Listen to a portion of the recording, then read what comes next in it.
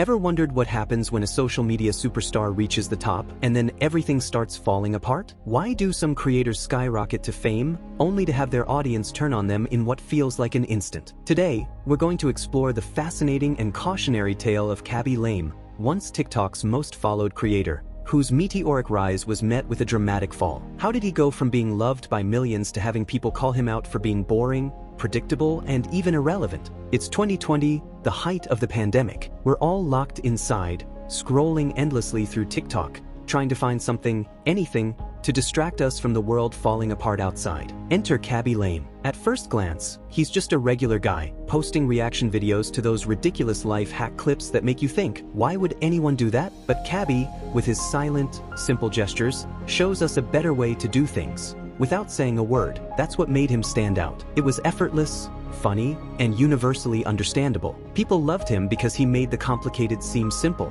And honestly, we needed that in 2020. His brand of humor was exactly what the world wanted: quick, relatable, and funny without the need for language. So he blew up, his follower count skyrocketed, and soon he was competing with the queen of TikTok herself, Charli D'Amelio. But here's where things start to get interesting. Kabby's rise to fame was fueled by a brilliant formula. He would take a viral video of someone doing something ridiculously overcomplicated, and with a deadpan expression, he would show a much simpler, more logical way to do it. It was a recipe for success. His silent reactions were universally understood. No language barrier, no explanation needed. It didn't matter if you were in Italy, the United States, or Japan, you got the joke. He wasn't just posting a video here and there either. Kabby was hustling, uploading 6 or 7 videos a day. He understood that TikTok is a numbers game. The more you post, the more chances you have to go viral. And go viral he did, again and again, until he had amassed over 100 million followers. But here's where we hit our first lesson. Sometimes,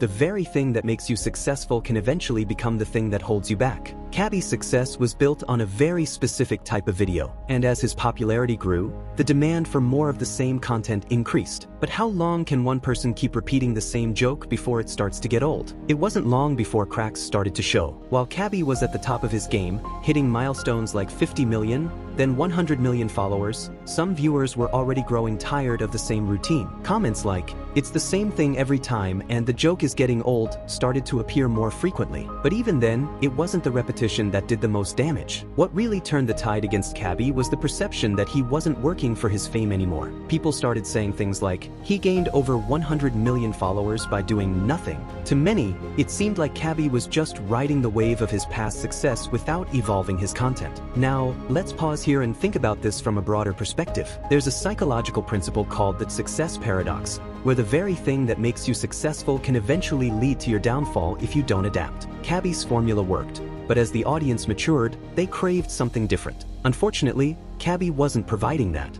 To make matters worse, Kabby found himself in the middle of controversy. He posted an Instagram story saying, "Say no to racism." Seems like a positive message, right? Well, not for everyone. Some people didn't like it. They unfollowed him, saying they were tired of seeing political messages in his content. What was shocking wasn't just that people were unfollowing him, it was Kabby's response. He posted another story, saying, "I don't care about the numbers, I care about your hearts." While this seemed heartfelt, it also came across as dismissive to a large portion of his fan base. Kabby's brand had always been about simplicity and humor, not politics or social issues. For many, this was a departure from the content they had come to love. Meanwhile, as Kabby's follower count grew, so did the rivalry between him and Charli D'Amelio. TikTok fans turned it into a full-blown war. People were rallying behind Kabby, commenting things like, "Kabby to #1," on videos all over TikTok. The battle for TikTok supremacy was on, and when Kabby eventually surpassed Charli, it seemed like a victory for the underdog. But something strange happened after he hit #1. Kabby's activity slowed down. He went from posting multiple videos a day to maybe once or twice a week. His audience noticed. Where did Kabby go, they asked. Why isn't he posting like he used to? Some speculated that Kabby had lost interest in TikTok. He started talking more about wanting to make movies, leaving his TikTok fans feeling abandoned. Soon, the love people once had for Kabby turned into frustration. He wasn't posting as often,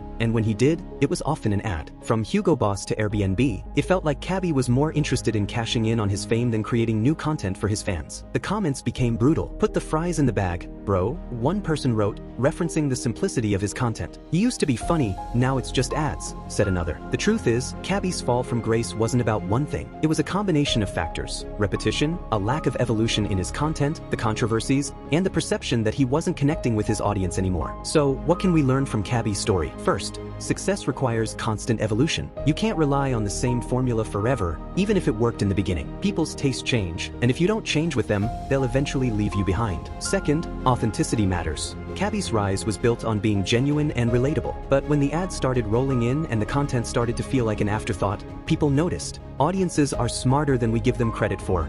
They can tell when someone's heart isn't in it anymore. Finally, and perhaps most importantly, never take your audience for granted. Kabby went from posting multiple videos a day to hardly posting at all. And when he did post, it often felt disconnected from the person his fans fell in love with. Consistency is key, but so is keeping that connection alive.